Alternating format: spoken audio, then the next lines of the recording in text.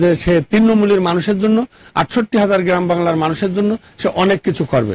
গ্রাম সরকার থেকে শুরু করে নিয়ে তার ভাবনাটাই হচ্ছে কৃষকদেরকে নিয়ে সবসময় বেশি।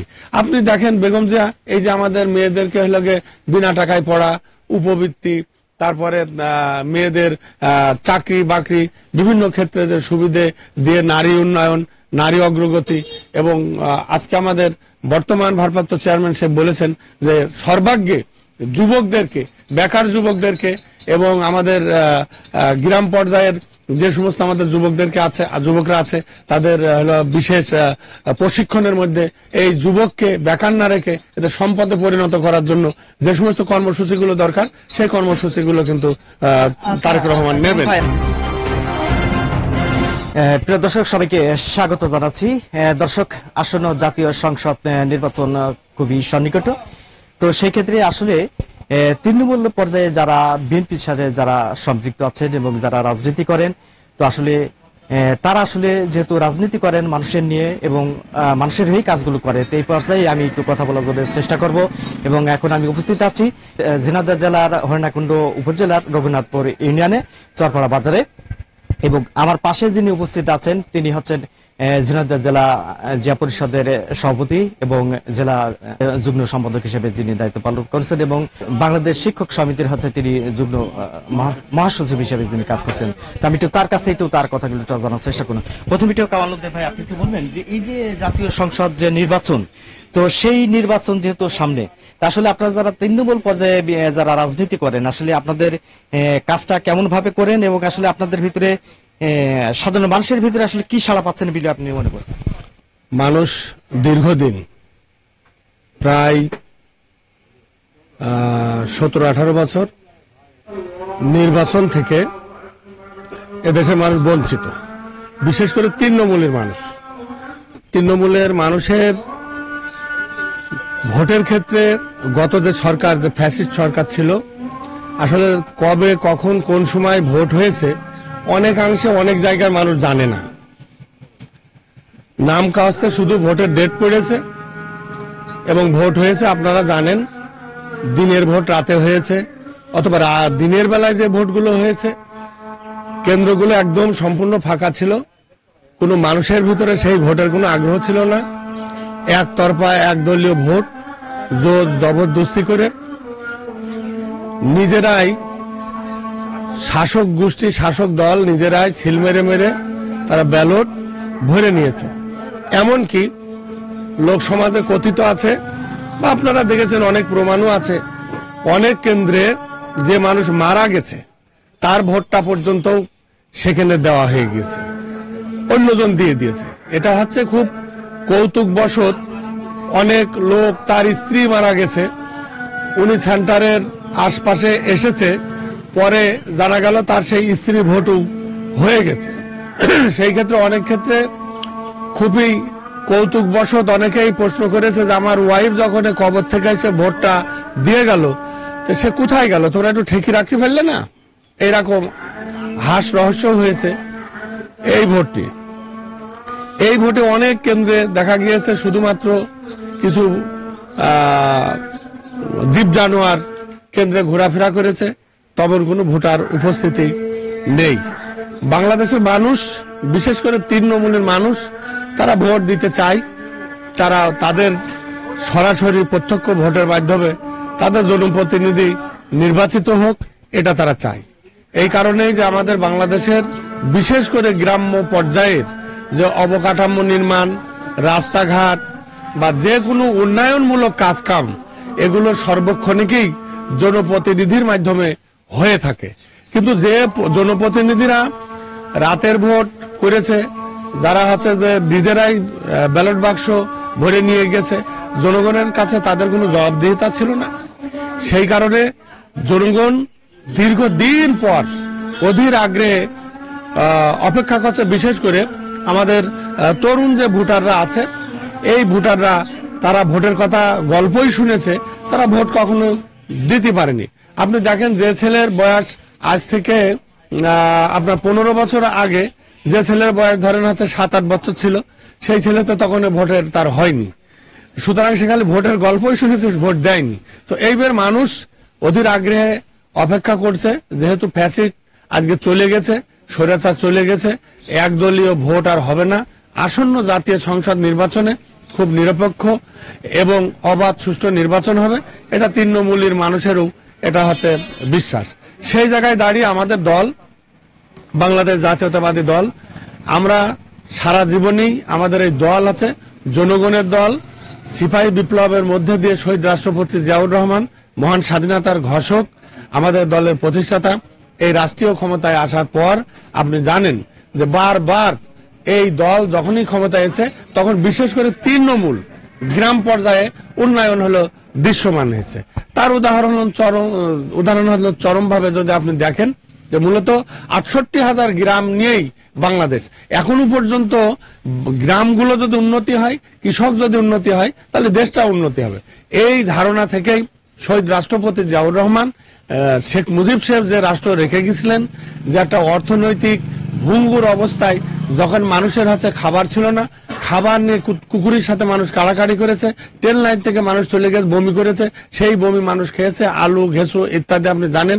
দারিদ্র এতটা মানুষের উপরে ভর করছিল যে একটা কাপড়ের জন্য, নিজের ইজ্জত আব্রু রক্ষা করার জন্য আপনি জানেন যে জাইলের বউ জাল পড়তো, কাফনের কাপড় কবর থেকে চুরি করে নিয়ে এসে মানুষ পড়তো, অনেকেই কলার পাতা দিয়ে লাশ দাফন করেছে বা কলার পাতা দিয়ে মানুষের লোকে ইজ্জত ঢেকেছে।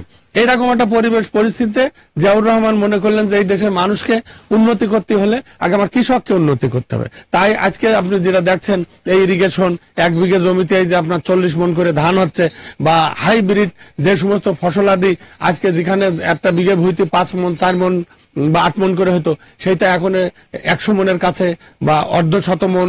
এই যে উন্নয়ন, এগুলো সম্পূর্ণ শহীদ রাষ্ট্রপতি জিয়াউর রহমান করেছেন।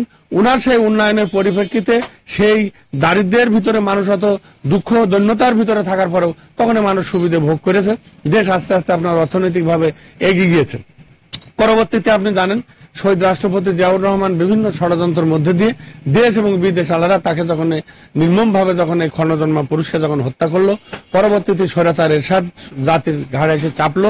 পরবর্তীতে এরকম আস্তে আস্তে 91 সালে যখন বেগম জিয়া ক্ষমতায় আসলেন, তখন আবার দেখলেন তৃণমূলের মানুষ এবং আপনার কৃষকের জন্য বেগম জিয়া করলেন। তার জ্বলন্ত উদাহরণ হচ্ছে আপনার 5,000 থেকে 10,000 টাকা পর্যন্ত যাদের কৃষি লোন ছিল, সুদে আসলে সে ঋণ সম্পূর্ণ মাফ করে দিলেন। এবং আপনার 25 বিঘা পর্যন্ত যার যে কৃষকের জমি, তাকে কোনো খাজনা দিতে হতো না। আপনার মসজিদ মাদ্রাসার এইগুলো কোনো কারেন্ট বিল দিতে হতো না। এবং পল্লী বিদ্যুৎ আনয়ন করে সমস্ত জায়গায় পল্লী বিদ্যুতের মধ্যে দিয়ে বেগম জিয়া যেভাবে করে আপনার কৃষকের জমিতে আপনার হলো সেচ ব্যবস্থার থেকে শুরু করে যা যা করেছে, এই সম্পূর্ণ হলো কৃষকের জন্য করেছে। সেই দৃষ্টান্ত আজকে তৃণমূলের মানুষের কাছে আছে।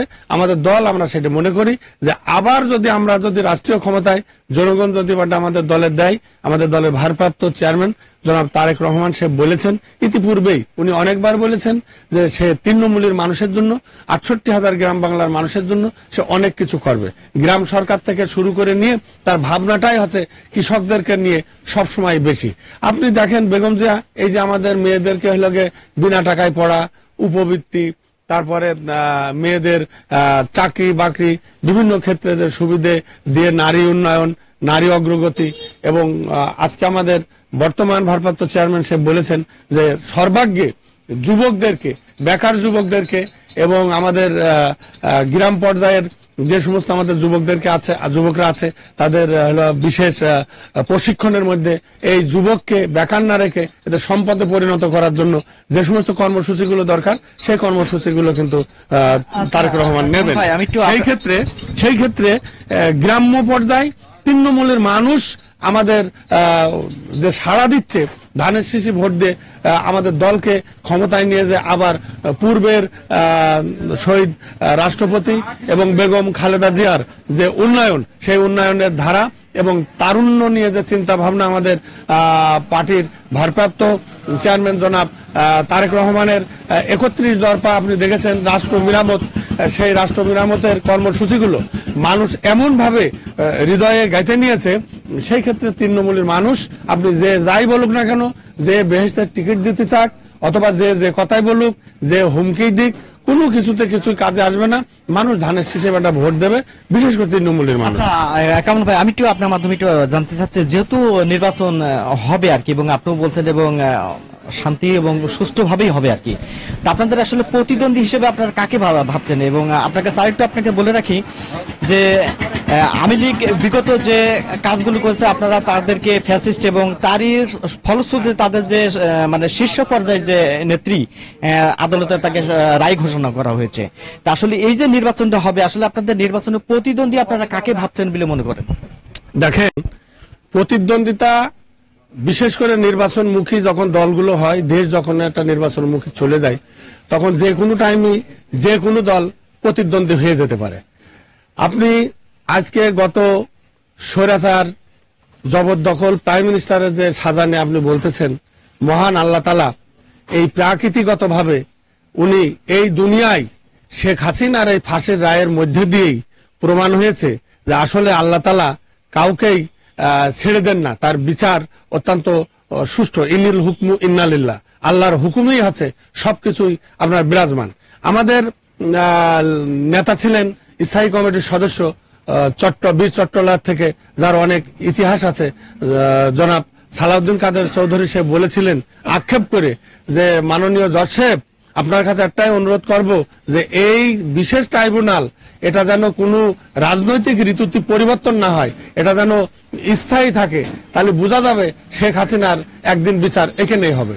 তো তার সেই মুখের কথা মুখেই আছে, সারা দুনিয়ার মানুষ দেখেছে যে গত যে হলো সে বিচারগুলো করেছে, সেই বিচারগুলো কত প্রহসনমূলক ছিল, কত অন্যায়ভাবে মানুষকে সে ফাঁসির কাস্টে দিয়ে সে হত্যা করেছে।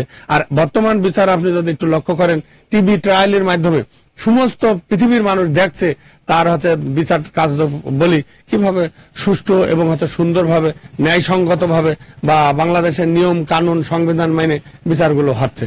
সুতরাং এই বিচারের মধ্যে দিয়ে বাংলাদেশের মানুষ একটা সুবিচার দৃশ্যমান হয়েছে, মানুষ দেখেছে, জনগণ হচ্ছে খুশি হয়েছে। অসংখ্য গুম খুন, অহেতুক ফাঁসি, অহেতুক মানুষকে হত্যা, সবকিছু মিলিয়ে সমস্ত মায়ের কান্নার চোখের পানি, অনেক ভাইয়ের চোখের পানি, অনেক হলো স্ত্রী তার স্বামীর বিধবা স্ত্রীর চোখের পানির সবকিছুর মূল্যায়ন মহান আল্লাহ তাআলা গতকালকে যে বিচার ব্যবস্থার মধ্যে দিয়ে হয়ে গেছে, এ ব্যাপারে সবার আপনি দেখেছেন যে অনেকে শুকুর আলহামদুলিল্লাহ বলেছে। আমাদের দলের হলো এ ব্যাপারে আমাদের স্থায়ী কমিটির সদস্য বা আমাদের মহাসচিব, মাননীয় মহাসচিবও বিবৃতি দিয়েছেন। তৃণমূলে আমাদের ধারণা হচ্ছে যে একটা সুষ্ঠু বিচার হয়েছে, এই বিচার দীর্ঘদিন পরে বাংলাদেশে একটা ন্যায় বিচার প্রতিষ্ঠিত হয়েছে, এতে আমরা বা জনগণ খুশি। আপনি যে প্রতিদ্বন্দ্বিতার কথা মনে করতেছেন, সেই প্রতিদ্বন্দ্বিতা হিসেবে আপনি জানেন যে একটি দল পালিয়ে চলে গিয়েছে। এই দেশে ভোট করা বা ভোট চাওয়ার মতো তাদের আর কোনো পরিবেশ আছে বলে জনগণ সেটা মনে করতেছে না। সেই ক্ষেত্রে ভোটে যখন হচ্ছে ট্রেজারি হবে, তখন বাংলাদেশে আরো অনেক দল আছে, অনেক রেজিস্টার কিন্তু দল আছে, সেই দলগুলোর ভিতর থেকেই দেখবেন যে প্রতিদ্বন্দ্বী বেরিয়ে আসবে। তবে আমলি কিবাটা কোনো প্রতিদ্বন্দ্বিতা বা এই ভোটে অংশগ্রহণ করতে পারবে বলে আমরা মনে করতেছি না।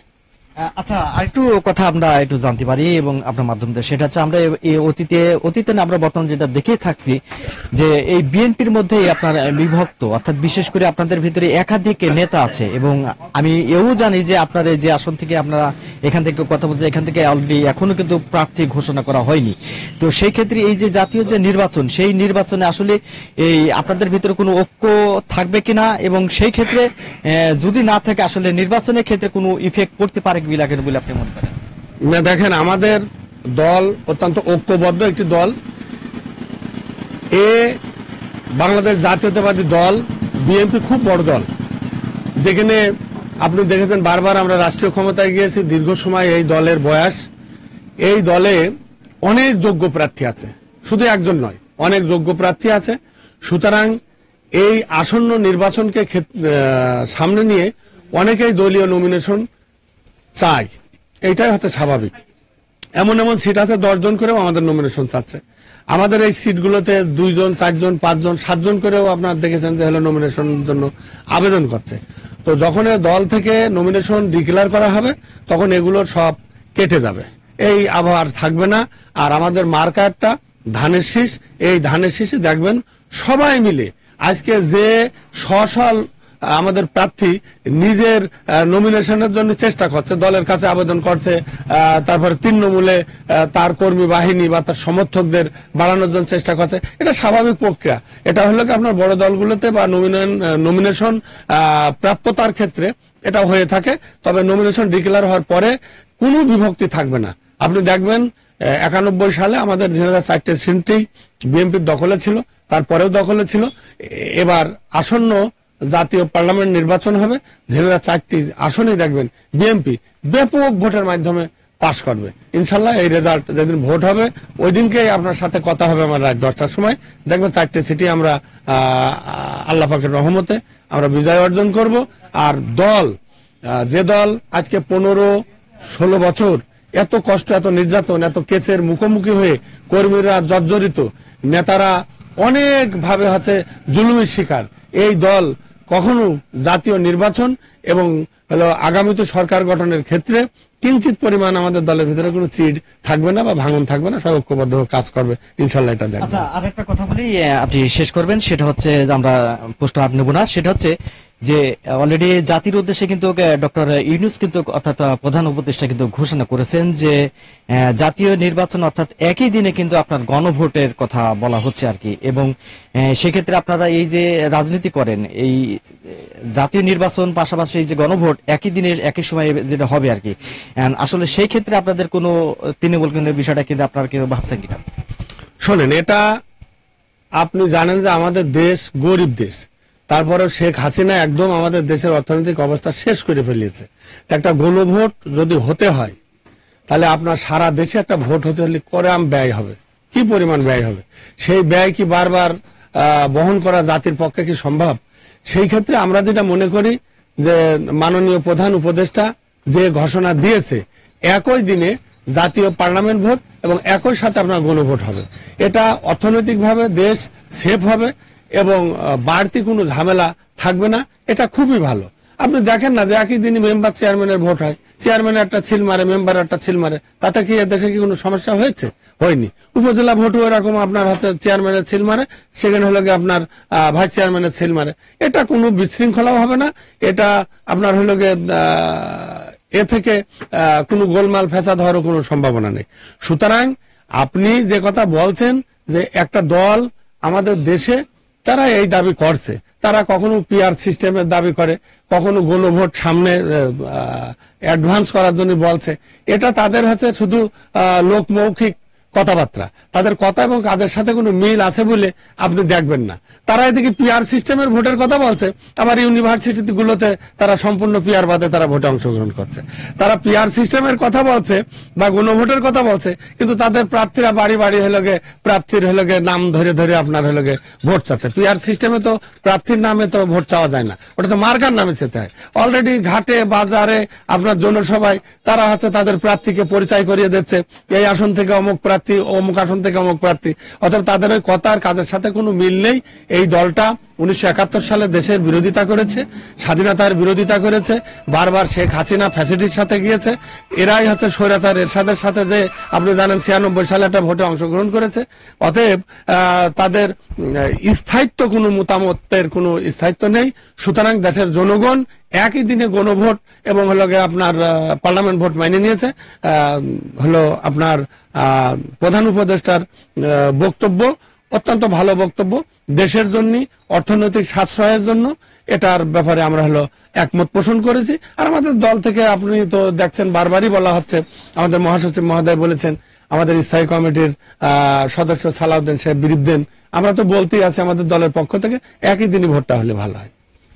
ধন্যবাদ আপনি। দর্শক, আমরা কথার শেষ প্রান্তে চলে আসলাম। আমরা কথা শুনছিলাম তৃণমূল বিএনপির ভাবনা। এই পর্যায়ে আমাদের সাথে সংযুক্ত ছিলেন ঝিনাইদহ জেলা জিয়া পরিষদের সুযোগ্য সভাপতি মহোদয়। তিনি আমাদের সামনে এতক্ষণ ধরে এই যে তৃণমূল বিএনপি থেকে যে বিষয়গুলো অর্থাৎ তিনি যে কাজগুলো করেন তার ভাবনার চিন্তা জায়গা থেকে তিনি আমাদের সামনে সরাসরি কথাগুলো যুক্ত ছিলেন। তো দেখা হবে অন্য কোনো তৃণমূল বিএনপির কোনো নেতা এবং কর্মীর কথা নিয়ে। সে পর্যন্ত সবাই ভালো থাকবেন, সুস্থ থাকবেন এবং নিরাপদে থাকবেন। ধন্যবাদ সবাইকে।